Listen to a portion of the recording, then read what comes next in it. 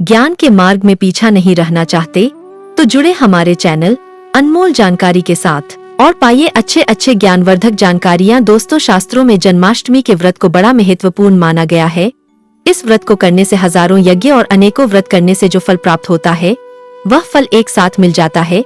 यह व्रत 7 जन्मों के पापों को नष्ट कर देता है। इस व्रत को करने से भगवान कृष्ण का हाथ आप पर हमेशा रहता है और साथ ही धन की कभी कमी नहीं आती है। इस दिन कृष्ण की पूजा करने से सुशील संतान की प्राप्ति, विधायकों तथा सुख समृद्धि की प्राप्ति होती है। जन्माष्टमी का पर्व मनाकर हर मनोकामना को पूर्ण किया जा सकता है। जिन लोगों का चंद्रमा कमजोर हो उन्हें इस पर्व की पूजा से विशेष लाभ मिलते हैं।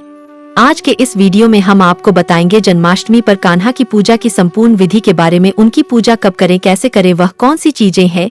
पूजन में शामिल करने से भगवान कृष्ण की विशेष कृपा मिल जाती है। साथ ही बताएंगे उन्हें किन खास चीजों का भोग लगाएं, इस दिन क्या खाएं क्या ना खाएं, क्योंकि कुछ चीजों का सेवन इस दिन आप करेंगे तो कृष्ण भगवान प्रसन्न होने के बजाय आपसे रुष्ट हो सकते हैं। तो बहुत ही महत्वपूर्ण शास्त्रों में बताई गई इन बातों को आज के वीडियो में आप सुन सकेंगे। तो वीडियो को आखिर तक जरूर देखें और कमेंट बॉक्स में जय श्री कृष्णा का जयकारा लगाकर अपनी कृष्ण भक्ति को जरूर दर्शाए। जय श्री कृष्ण। दोस्तों, कृष्ण जन्माष्टमी को गोकुलाष्टमी भी कहा जाता है। यह एक ऐसा त्योहार है जो पूरे देश में भक्तों द्वारा पूरे जोश और उत्साह के साथ भगवान कृष्ण के जन्म दिवस के रूप में मनाया जाता है। भगवान कृष्ण का अवतार पृथ्वी से सभी अंधकारों का अंत करने और बुराई को नष्ट करने का प्रतीक माना जाता है। यह त्योहार विश्वभर के हिंदुओं द्वारा मनाया जाता है। लोग अपने व्यस्त जीवन से समय निकालकर कृष्ण जन्माष्टमी का त्योहार हर्षोल्लास की एक साथ मिलकर मनाते हैं। सालों वर्ष पूर्व माता देवकी और वसुदेव ने आधी रात को मथुरा के कारागार में एक दिव्य बालक को जन्म दिया था। यह भगवान विष्णु का 7वां अवतार श्री कृष्ण है। भादो मास के कृष्ण पक्ष की अष्टमी तिथि को रोहिणी नक्षत्र पर कान्हा ने जन्म लिया था। इसीलिए हर साल कृष्ण जयंती पर कान्हा के बाल स्वरूप की पूजा की जाती है। पृथ्वी पर श्री कृष्ण के जन्म का मुख्य उद्देश्य उस समय व्याप्त सभी बुराइयों को खत्म करना, धरती से सभी बुरी शक्तियों को दूर करना और धर्म की स्थापना करना था। जिस समय उनके मामा कंस ने लोगों के जीवन को मुद्दा बनाकर रखा था, दोनों ही दिन रोहिणी नक्षत्र नहीं मिल रहा है। जब कृष्ण का जन्म अष्टमी तिथि को रोहिणी नक्षत्र में हुआ था, भगवान श्री कृष्ण का जन्म मध्य रात्रि में हुआ था। इसलिए ग्रह तो मध्य रात्रि हैप्पी नहीं, अष्टमी तिथि अर्थात 29 अगस्त को जन्माष्टमी मनाएंगे। पर वैष्णव पंडित साधु संत जन्माष्टमी को सूर्योदय व्यापिनी अष्टमी तिथि में अर्थात 29 अगस्त को बनाएंगे। इस साल जन्माष्टमी पर अत्यंत शुभ वृद्धि और ध्रुव योग का संयोग बन रहा है, जो इस दिन का महत्व बढ़ा रहा है। उद्योग में कामना के साथ माँ लक्ष्मी स्वरूप राधा रानी की पूजा से घर में सुख समृद्धि का वास होता है, अक्षय पुण्य की प्राप्ति होती है। इस दिन हर व्यक्ति अपने अपने तरीके से भगवान कृष्ण को प्रसन्न करने के उपाय करता है, विशेष पूजा पाठ करता है। ऐसे में हम आपको बताएंगे कि जन्माष्टमी की पूजा में क्या चीजें बेहद है जरूरी, जिनके बिना भगवान कृष्ण की पूजा मानी जाती है अधूरी।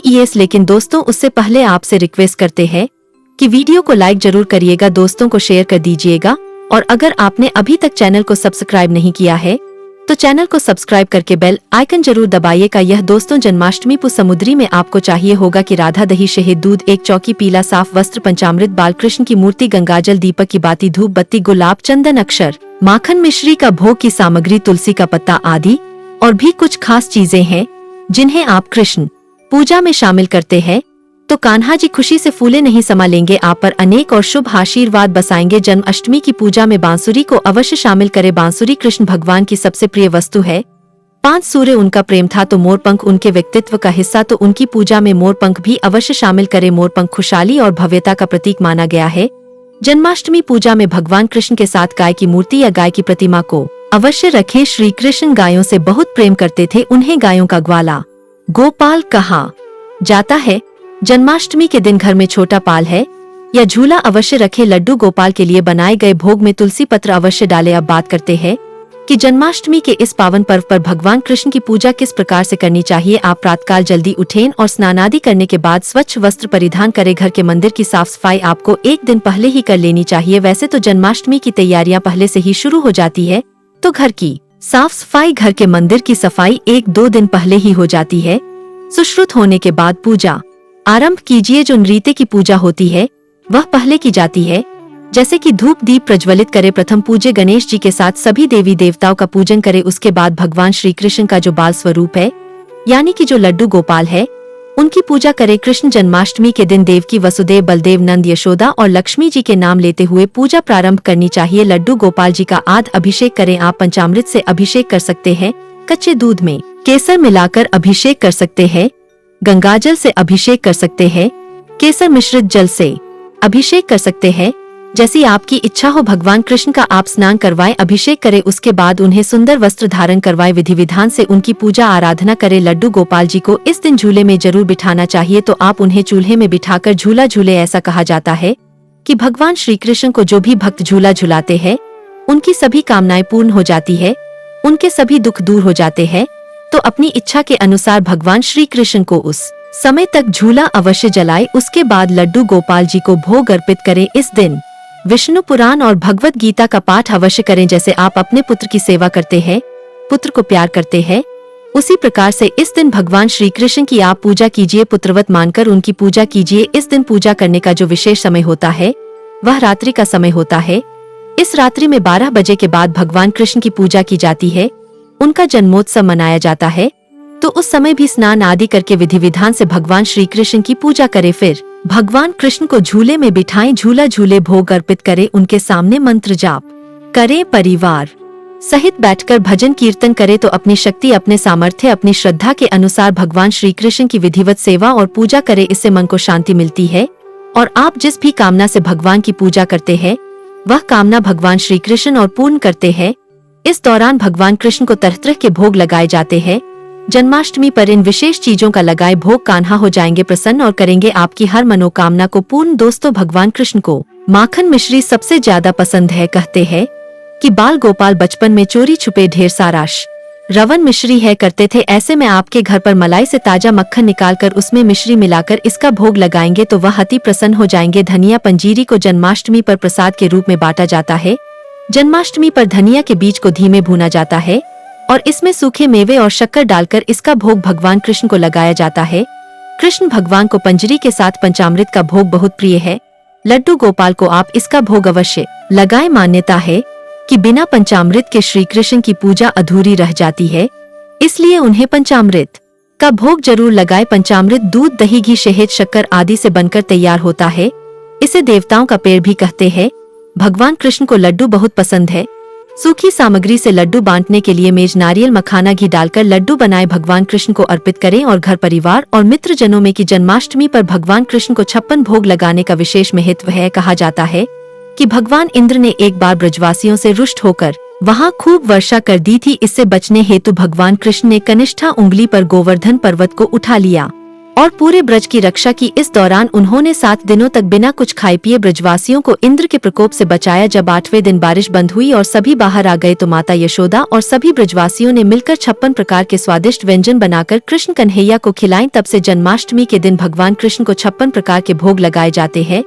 दोस्तों, कई बार इस दिन व्रत उपवास करने वाले कुछ लोग यह समझ नहीं पाते हैं कि इस दिन उनको क्या खाना चाहिए और क्या नहीं, जिससे व्रत करने में किसी तरह की दिक्कत न रहे और पूजा भजन कीर्तन के लिए ऊर्जा भी बनी रहे। तो आइए अब आपको बताते हैं कि जन्माष्टमी के व्रत में क्या खाएं और ऐसी कौन सी चीजें हैं जिन्हें इस दिन ग्रहण करने से भगवान कृष्ण हो जाते हैं। रोज पहले हम आपको बताते हैं कि जो जन्माष्टमी का व्रत नहीं रख रहे हैं उन्हें इस दिन कौन सी चीजें भूल कर भी नहीं खाने चाहिए। जन्माष्टमी के दिन बैंगन नहीं खाना चाहिए, मसूर की दाल नहीं खानी चाहिए, मांस, अंडा नहीं खाना चाहिए, मदिरा का सेवन नहीं करना चाहिए, प्याज, लहसुन का सेवन भी इस दिन नहीं करना चाहिए, पान, सुपारी, तंबाकू, सिगरेट आदि का सेवन भी नहीं करना चाहिए। इस दिन हरी पत्तेदार सब्जियां भी नहीं खाने चाहिए। उन्हें बहुत सारे छोटे छोटे जीव हो सकते हैं तो वह जीव हत्या के समान हो जाता है। तो इस दिन जीव हत्या या जीव को नुकसान नहीं पहुंचाना चाहिए, इससे बड़ा पाप लगता है। भगवान क्रोधित हो जाते हैं। आपको शुद्ध सात्विक भोजन ही करना चाहिए। अब जो व्रत रख रहे हैं उन्हें इन सभी पदार्थों के अलावा अनाज का सेवन नहीं करना चाहिए। साधारण नमक नहीं खाना चाहिए, आवश्यकता हो तो सिर्फ सेंधा नमक खा सकते हैं। इस दिन हींग, हल्दी, सरसों का तेल आदि नहीं खाना चाहिए। मटर भी नहीं खाना चाहिए। इस दिन गेहूं, चावल, दाल नहीं खाने चाहिए। ना ही कोई ऐसी मिठाई खाएं जिसमें अनाज मिला हो, जैसे बेसन की मिठाई खाने से बचें, क्योंकि इस दिन आना खाना पाप होता है। इससे भगवान कृष्ण रुष्ट हो सकते हैं। दोस्तों, इस व्रत में ऊर्जा को बरकरार रखने के लिए सूखे मेवे यानी ड्राई फ्रूट्स का सेवन कर ले। व्रत की शुरुआत अगर आप अखरोट या बादाम खाकर करेंगे तो इससे आपको दिन भर ऊर्जा मिलती रहेगी, कमजोरी महसूस नहीं होगी। इस तरह आप तरबूज, अंगूर जैसे पानी वाले फलों का सेवन कर सकते हैं। इसके साथ ही अगर आप चाहते हैं कि पेट भरा रहे तो आप केला, पपीता, सेब और अमरूद जैसे मौसमी फलों का सेवन भी कर सकते हैं। जन्माष्टमी के व्रत में आप दही की लस्सी का सेवन कर सकते हैं। इससे आपको बार बार प्यास भी नहीं लगेगी और पेट भरा हुआ महसूस होगा। आप चाहे तो इस गाने की खिचड़ी या खीर बनाकर इसका सेवन कर सकते हैं। कुट्टू के आटे के पराठे का, समा के चावल का सेवन भी आप कर सकते हैं। याद रखें, रात 12 बजे की पूजा के बाद भी आप फलाहार यानी व्रत का खाना ही खाएं। अनाज का सेवन ना करें। व्रत खोलने पर एक साथ बहुत सारा खाना ना खाएं। व्रत के पालन के समय बहुत लोग पकौड़े, वेफर, पापड़, कुट्टू और सिंघाड़े की पूरी ऐसी चीजों का सेवन करते हैं जो कि उचित नहीं है। इस तरह के पदार्थों से आपको सेहत संबंधी दिक्कतों का सामना करना पड़ सकता है। तो विधि विधान से इस पर्व को मनाएं। इस जन्माष्टमी पर कृष्ण भगवान आपके घर आए, माखन मिश्री खाएं और आपके जीवन के सारे दुख और कष्ट दूर भगाने जाए। आप सभी को कृष्ण जन्माष्टमी की बहुत बहुत शुभकामनाएं।